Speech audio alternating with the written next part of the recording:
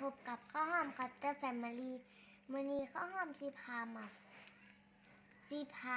ลิ้นโลบิกให้เบิ่งถ้าก่อนสิไปเบิ่งฝากกดไลค์กดแชร์แล้วก็กดกระดิ่งให้ด้วยบ๊ายบาย